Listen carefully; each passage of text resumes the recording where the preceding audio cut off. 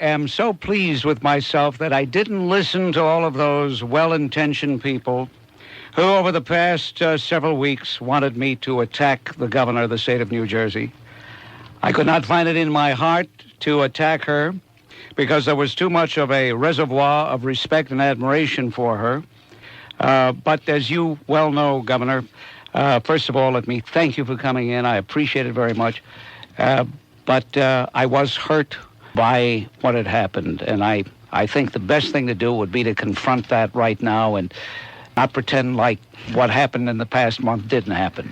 Bob, and I appreciate the opportunity. As you know, I said at that time that I would welcome the opportunity to come on to talk about the issue. It was never about you and me, and I tried to make that clear from the very beginning. It was about my concern of the kind of dialogue that had been happening. It's happening more and more. It's not just happening here. It's happening on a lot of shows, but particularly because you have been a supporter of mine. You and I agree on a lot of issues, on the tax issues, on government issues, on a lot of criminal justice issues, that it became even more important that I show that I am consistent. I have spoken out, whether it was Khalid Abdul Mohammed, who said things that I felt were divisive.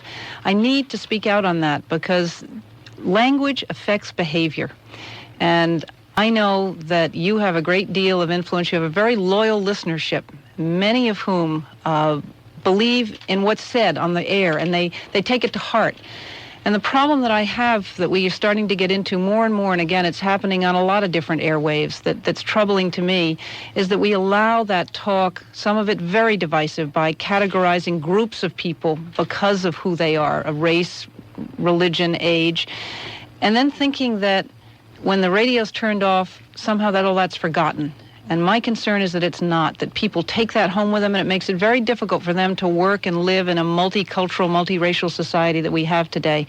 And as I said from the onset, it wasn't about you and me, and I didn't accuse you of being a racist or anyone on this show, but I was and remained very, very concerned about some of the conversations and the dialogue that had been happening. Well, the quotation, which I really don't have before me, that was attributed to you at the very outset. And I thought, well, maybe she was blindsided. Maybe somebody confronted her. She had other issues on her mind, and lo and behold, whammo, she's hit with this question. But it was something to the effect that although you had appeared on the air with me many times, although we campaigned together, and although you knew me, and although you had never heard me talk in such a manner, if it were true, then you had made a decision you were not going to appear on the program again. I really didn't believe at that time, and I don't believe now, sitting here looking at you, that you really enunciated those words. Well, Bob, I can't back off those. I did. It wasn't blindsided. In fact, there'd been some talk about, again, you didn't and have never given a racist speech or anything like that. It's been a question of dialogue that's kind of developed over time. I personally have never heard it, been party to it, and I've said that, and I've been appreciative of the help you've given me. But I had looked at and been told that things were changing, that there was a level of dialogue that was very troublesome to many. So I had looked at some magazine articles, some newspaper articles, and I was very disturbed by what I read, both in quotes from you and from callers. It's not just the language, it's other people I recognize who call, but that's part of the problem too, is allowing that kind of dialogue to go unchallenged at all. And as I say, I've been, and you should be, I guess, very pleased in the sense you've certainly engendered the largest number of telephone calls and letters we've ever had at the State House on any one issue. And many of the people said that by challenging what was being said here, they took it personally that I was challenging them. And they felt that they were being called racist. I guess my concern, Bob, comes that when people listen to and kind of agree with a statement or discussions that do categorize whole groups of people and do it in a denigrating way, and they're not troubled by it, that they should be, that's where we've got to start heightening our awareness, that this is all interrelated, that words do in fact affect behavior. There's certain words that have underlying meaning and that are buzzwords for certain people, and it makes people, if they hear this and they don't hear any contrary discussion, it makes them feel comfortable in their prejudices. And I'm working very hard, as you know, in New Jersey, to reflect on the fact that we are many faces, one family, that this is a state with over 150 different languages spoken, and we can't afford to categorize any group of people just because they belong to that group of people. As the chief executive of the state of New Jersey, you certainly not only have a right, but a duty to speak that way. I recognize that. We're speaking from different vantage points. You as a leader, myself as a communicator. But you're a leader, too. Well, and that's one of the things that I think that's one of the things that affects me so much. You are a leader. You really do affect people very deeply and very directly. And because of that, and, free speech, I will defend anyone's right to free speech. I just retain my right to speak out when I think there's a problem brewing. And it's because of your influence, because of your audience, because of your ability to affect people's opinions and the way they interact with one another that it becomes even more important that, at least from my perspective, that I raise the questions that I've had. One thing is certain, ladies and gentlemen, those of you who had written to the governor, you also wrote carbon copies, Xerox copies to me. And it was incredible. As a matter of fact, back in that office, I can't even get to my desk. The mail, we haven't gotten around to all of it. But in trying to read a lot of the mail, people felt that you had committed an act of perfidy. Right. And these are people who were genuinely hurt because they obviously voted for you in 1993, were following the success you've had since being governor, the acclaim you've received nationwide, and I shared that pride, hearing about you going out to Pete Wilson and helping his campaign, the way you were greeted in Texas and all that. Proud of you, because you're our governor. Now, these people feel let down. What can you tell them so that they won't feel let down? Well, the thing that I can tell them, and it's what I said, and I do appreciate your having taken the time the other day to read the letter that I have sent to people, is that I'm trying to be consistent. I have always acknowledged the importance of your support and the support of your listeners during the campaign and the fact that we do agree on a number of issues. But I can't have two sets of standards. And when something troubles me like this, when I believe that the kind of language and discussion that's going on is very divisive and will carry out beyond just the hours that you're on the radio, beyond just this radio station, out into society and into the community, when we're dealing with an increased number of bias crimes, when we're dealing with an increased number and incidents of intolerance, I've got to speak out no matter who says that. I've got to be consistent about it. I have got to tell the people, look, I have from day one, the very first event that I had before the inaugural was an event down in Atlantic City that highlighted New Jersey, many faces, one family.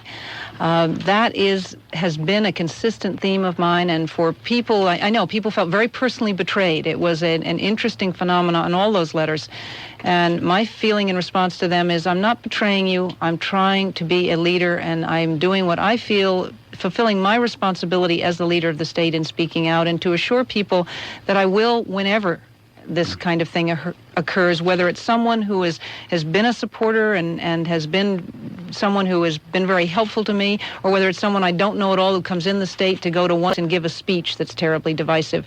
I've got to be consistent on this, and we're undertaking a whole program that we're going to announce next month that goes to that whole theme of New Jersey, many faces, one family, and it's going to include the business community, it's going to include the nonprofit community, and it's going to go to heightening the awareness of people of the importance of how they relate to one another, of talking to one another, and how hurtful words can be. All right, we're going to take a brief time out, then we're going to continue, and I want you to know that I have before me, ladies and gentlemen, a copy of today's Daily News, the David Hinckley column. They have a headline here, designed, I suppose, to attract the reader. Governor Whitman elects to bury hatchet and visit Grant. That might be an oversight. I don't think it was a hatchet. I don't think it was a hatchet. New Jersey Governor Christy Whitman returns to Bob Grant on WABC 770 AM radio at 6 p.m. Whitman, of course, announced before the election that she was through with him after controversy erupted over his alleged racism. Now, I think those words are a little exaggerated, but I don't want to dwell too much on this, and I want the governor to feel that she can talk about anything she wishes, which indeed is our desire, and who knows, we all may learn a great deal between now and 7 o'clock. I already have, and we're going to get back with the governor in just a moment. Governor Christine Todd Whitman with us, and it is a great delight for me to be able to tell you that. I have been a supporter and a friend of the Speaker of the Assembly, Chuck Haytaian. We had many conversations, and I must tell you, and I don't say this with any hostility. I don't say this in a pejorative sense at all. I say it out of sadness. I really believe had Chuck Haytaian not distanced himself from me and almost seemed apologetic for having been on the program prior to the eruption of this scurrilous, slanderous article, that he would be the senator-elect. We talked privately. I told him, I said, listen, if you think it'll help your candidacy, denounce me. Whatever you want to do, it's okay with me. As a matter of fact, I even went on the air and denounced myself in his behalf. But he did not appear with me, and I think that may have cost him the election. It's interesting to note that other candidates who did, they all won. Jim Treffinger won. Bill Martini won. George Pataki won. Carl McCall, the only Democrat I supported, he won in New York. Bacco. I'm not saying I'm the kingmaker, but isn't it interesting that candidates who didn't run away from me won and a candidate who did lost? I think one of the things that maybe that talks to is the recognition of the influence that you have and shows like this can have and why it becomes so important. It's an interesting discussion to have because freedom of the speech is constitutionally guaranteed in what makes this country great, and nobody and no one should ever try to impinge on that. But what we're getting into now is a question of, is there a responsibility that goes along with that when you're in a position to have as much influence as you do? And I know Chuck was very much during the campaign said that he would not distance himself from you again and again when asked. And he was put in a position, I felt it extraordinarily unfortunate that the incumbent tried to paint him as a racist when there's the last thing in the world that Chuck Haytaian is a racist. That has never been the case and never will be. And yet a lot of people, because of the magnitude of this discussion, got all confused and they didn't know where they were. And this is why I think it even hammers home even more strongly the importance of taking the time to talk about these kinds of issues, taking the time to talk about, is there a responsibility? Is what you do just a catharsis that is all right for people? I happen to believe that kind of catharsis on airwaves like this that are heard by so many and listened to by so many, accepted by so many when unchallenged, hurts our ability to work together as a society. That's why I think it's important to speak out, but it gets to a much deeper issue that ultimately we're going to have to discuss, although no one is going to close down the airwaves, nor should they. We have to maintain freedom of speech and defend it to our last breath, even if we don't like the speech that we're hearing. But I believe also there is then a commensurate responsibility on the parts of those of us that are trying to lead, speak out and say, this is where I differ. This is where I think a line has to be drawn. But this is an issue that I believe you're going to see the talk shows discuss for a long time to come in the future, because you do have a great deal of influence. You do have the ability to really to affect how people behave with one another. And that's an awesome responsibility, as is being governor. And that's why we find ourselves here, I think. Right, you are. Then it's safe to say you don't agree with the congressman from the 9th Congressional District who back in the summer, long before all of this blew up, said that yours truly, Bob Grant, and my colleague, Rush Limbaugh, these are Bob Torricelli's words, we are enemies of democracy. Now, it seems to me that this is illustrative of democracy in action, talking on the radio, free speech, one view opposing another view, and yet he says we were enemies of democracy. He wanted to do something about reining us in. You'd get into very dangerous ground when you start trying to trample on people's constitutional rights to free speech. I would never condone that kind of action. I would never condone that kind of discussion even. Where I do come down to say is when you have that kind of influence and you have that kind of audience, that there is a responsibility that goes along with it, at least from somebody from my perspective, to speak out when I think it is being divisive. And we just can't, I can't at least, condone divisive dialogue. And that's what I am concerned about and have been concerned about. I would never say, even when Khalid Mohammed spoke out at Kane College, I never denied his right to say what he said. Well, of course. But I disagreed with what he said fervently and made a great effort to try to draw attention to how divisive that was. Well, That's why I feel I've got to be consistent. Governor, excuse me, but I certainly hope you don't feel that anything that I've said has even remotely any equivalency to what he has said. Not in the kind of language that he has used, the speech, the format he's used, but I have been concerned about the kinds of discussions that have gone on and some of the language that's been used. As I say, categorizing whole peoples because of who they are, whether they be Haitian or black or homosexual or whatever. I would agree if that had actually been the case. I don't want to belabor the point, but it certainly has never actually happened from here. But if you would read edited versions of what happened, you would come to that conclusion.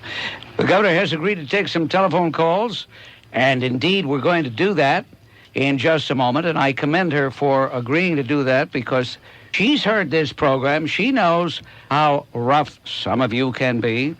But we're going to get to those telephones on WABC in just a moment. Slipping in right now, the pride of Somerset County, Joe Nolan. All right, Governor, we're all set to take a call from Walter. Now, this call is coming from Buffalo, New York. Hello? Yes, Hello? sir. You're on with Governor Whitman. Oh, good evening to both of you. Yes, Governor Whitman, I'd like to... I really respect what you did, and I thought it took a lot of guts, especially since you're part of the Republican Party, and it couldn't have been too easy for you to do. What I would like to do is, can I give you two examples of why I think Bob Grant is really a racist? No, you can't. Why not? Because that's not why we have the governor here. He said he wanted to... You know, when people tell the screener they want to talk about one thing, and then they turn right around and change... I feel that person doesn't deserve to be heard. He told Mr. Kachopoli he wanted to talk about something entirely different, and then he comes up with that thing. Let's try Al from the Bronx. Hello, Al. Hello. Governor, you said something about the dangers of comments that categorize and condemn whole groups of people. That's right. I have never heard Bob talk that way on any broadcast, and if the small group of clergymen who came to see you said that he had, it strikes me that you were unduly credulous if you accepted that without checking with Bob or checking the facts in some way. Well, it didn't come from that. It came from reading some articles. It came from, and as I said, I didn't say that Bob Grant said all of this, but the talk on the radio in the quotes, and I don't think it's ever been denied that there have been discussions like that. From callers. Condemned whole category? Well, when you say that the Haitian boat people would be better off drowning because it would solve our immigration problem, sure those kinds of things. That was not the comment. That's what I'm trying to say. Well, articles can distort, and I think this one did distort it greatly. Well, there were a number. It was more than one, and that's where the concern comes. As I say, it is the tenor of the whole dialogue. If by having this discussion we can get anybody to stop for a moment to think a little bit about what their words imply, then I think we've made a difference, and that's what's important about tonight particularly. Well, tonight is important. I would have been much happier if you had consulted Bob long before this whole thing blew up to such proportions, before you made such a pronouncement. Well, all right. I appreciate your support, Al, but I'm not condemning the governor. As a matter of fact, I'm very pleased that she's come in. By any means. And I think that she deserves credit for what she's doing. Thank you, Al. I do, too. Okay. As you know full well, the format, the dynamics of this show. This was an ongoing conversation concerning what was happening. Day in, day out, we were confronted with this problem. And I said, in response to a caller, I said, well, if we'd stop picking them up, they would stop making those boats and setting out from Port-au-Prince and risking their lives to come out. We'd stop picking them up. And he said, yeah, that's good. He said, well, what if they drown? I said, well, if they drown, then the word would go back to Port-au-Prince, it's not safe, and they would stop. Now, that sounds very harsh, and it is. But it wasn't a gratuitous statement saying, I wish they would all drown. Okay. Joe, you're on WABC with the governor. You're calling from Waldwick. Yes, sir, but I will stick to my topic. Governor, good evening. Good evening.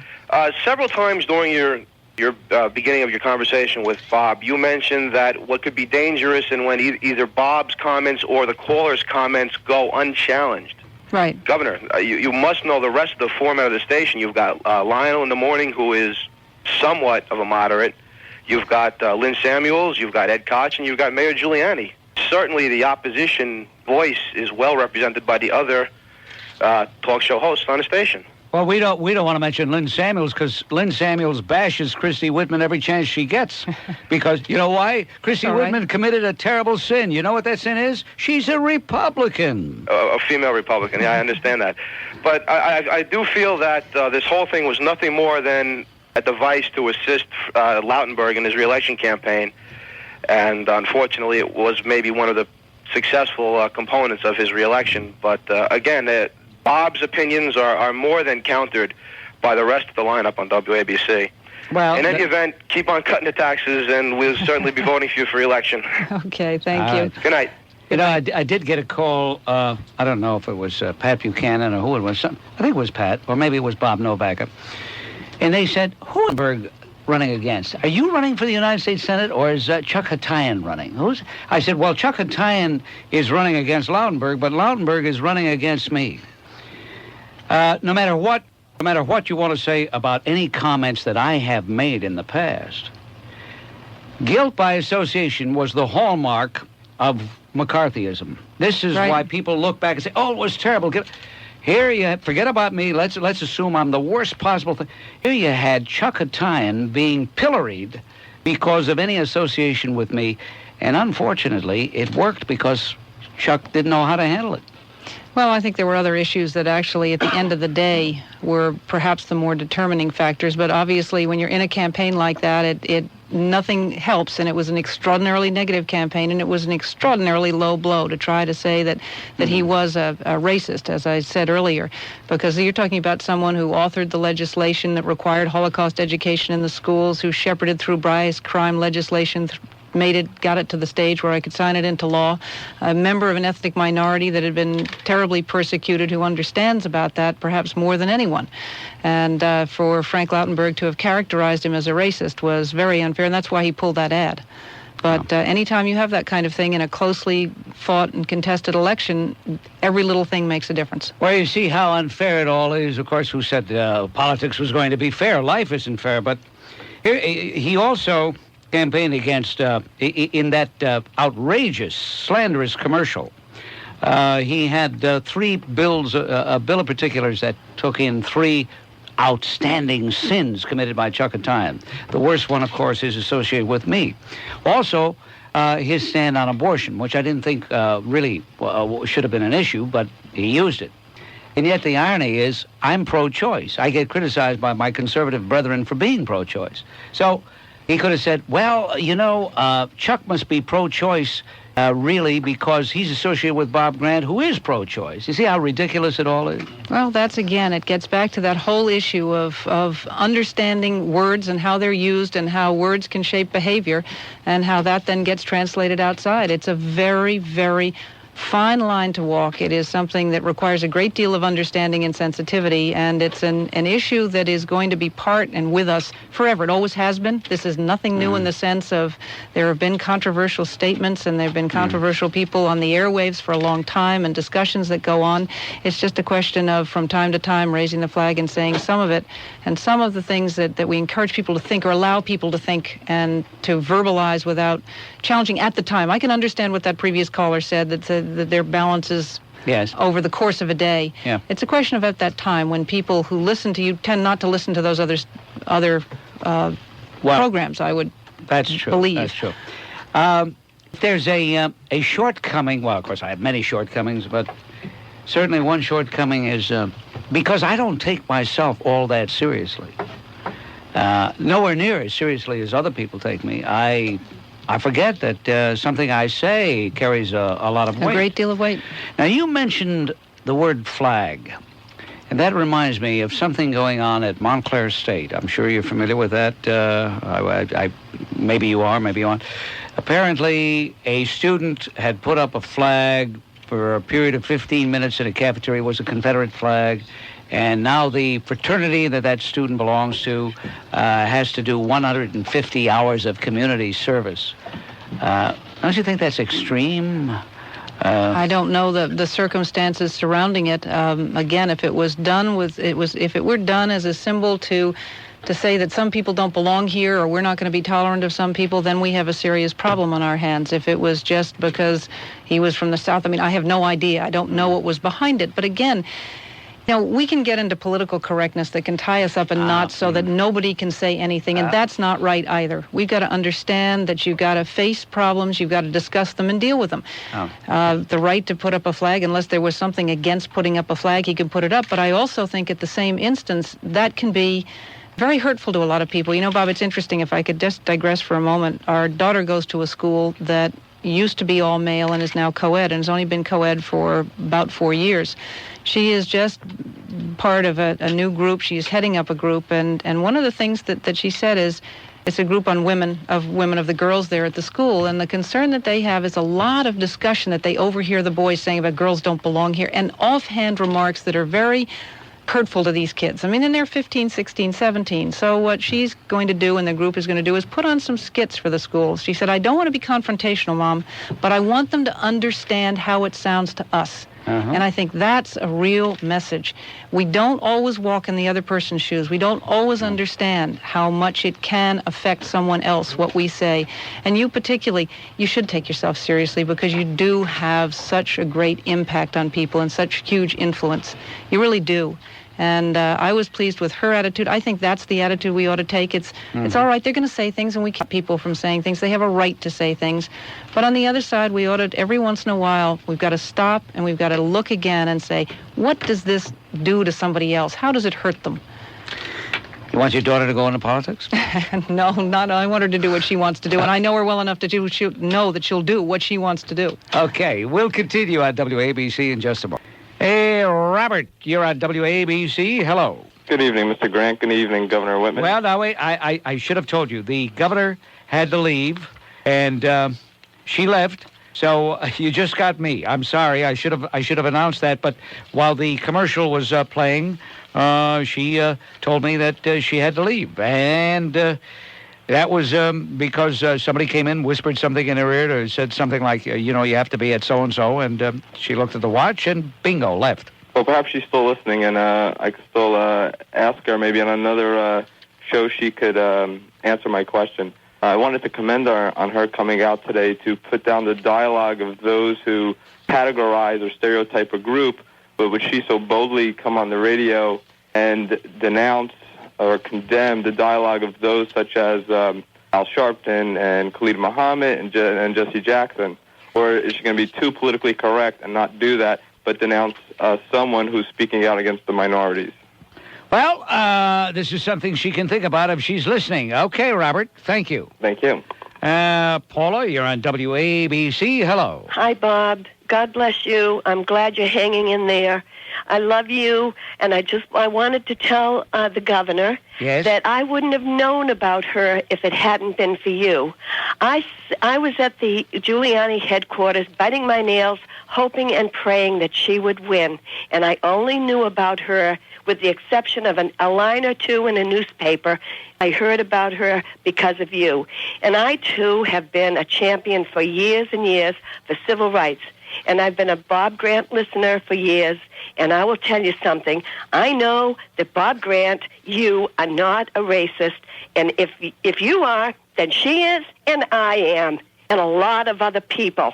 And I also want to say, why don't you get some of these people like Thomas Sowell, some of the black wonderful people that you have had on your show, that wonderful black lady Myrtle Whitmore. Yes, yeah. And get a whole group of them on one show, and let's get the facts out there. Well, you've been crucified, but Christ was too, remember? And we all love him. Well,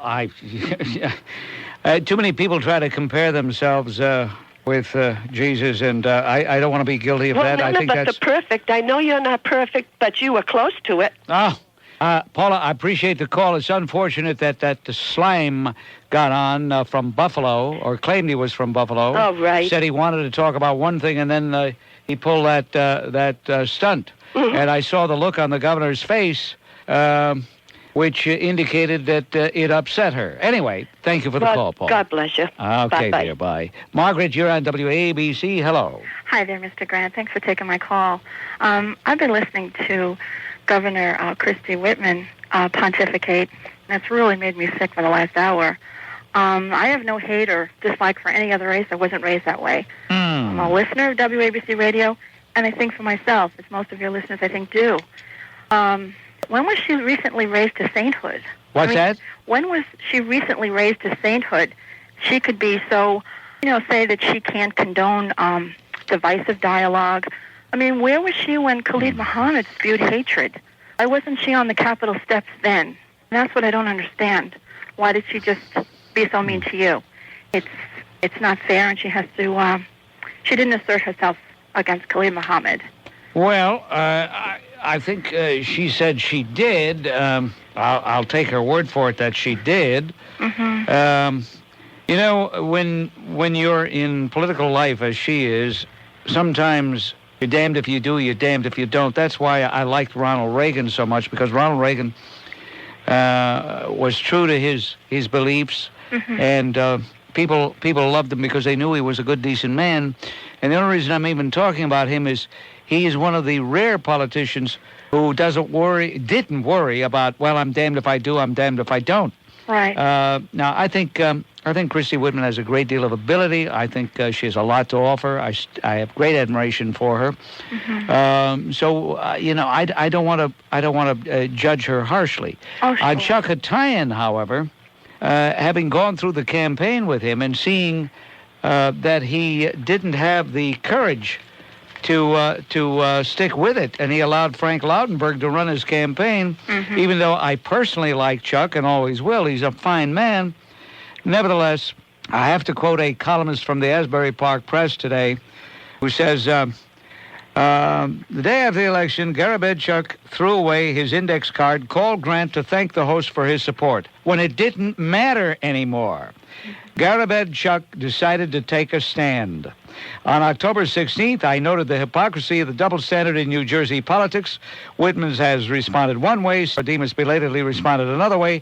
But when it comes to Garabed Chuck, I was wrong. He is not simply a hypocrite. He is, in the words of the Bob Grant partisans, a spineless hypocrite. Now, that's from a column by a gentleman who writes for the Asbury Park Press. And the only reason I even quote that is Chuck suffered because he tried to have it both ways, and you can't have it both ways. He either should have completely denounced me, called me any name he wanted to, or said to Frank Lautenberg, you bet I'm going on his show. The day he was on taping with Gabe Pressman, on that particular day, Gabe says, well, I understand you're going to appear on the Bob Grant show, and he says, no, I'm not, and Lautenberg said, oh, yes, you are. You're going there after this taping. And he says, oh, that shows you how much you know. No, I'm not. Well, actually, he was to have been on this show and chickened out.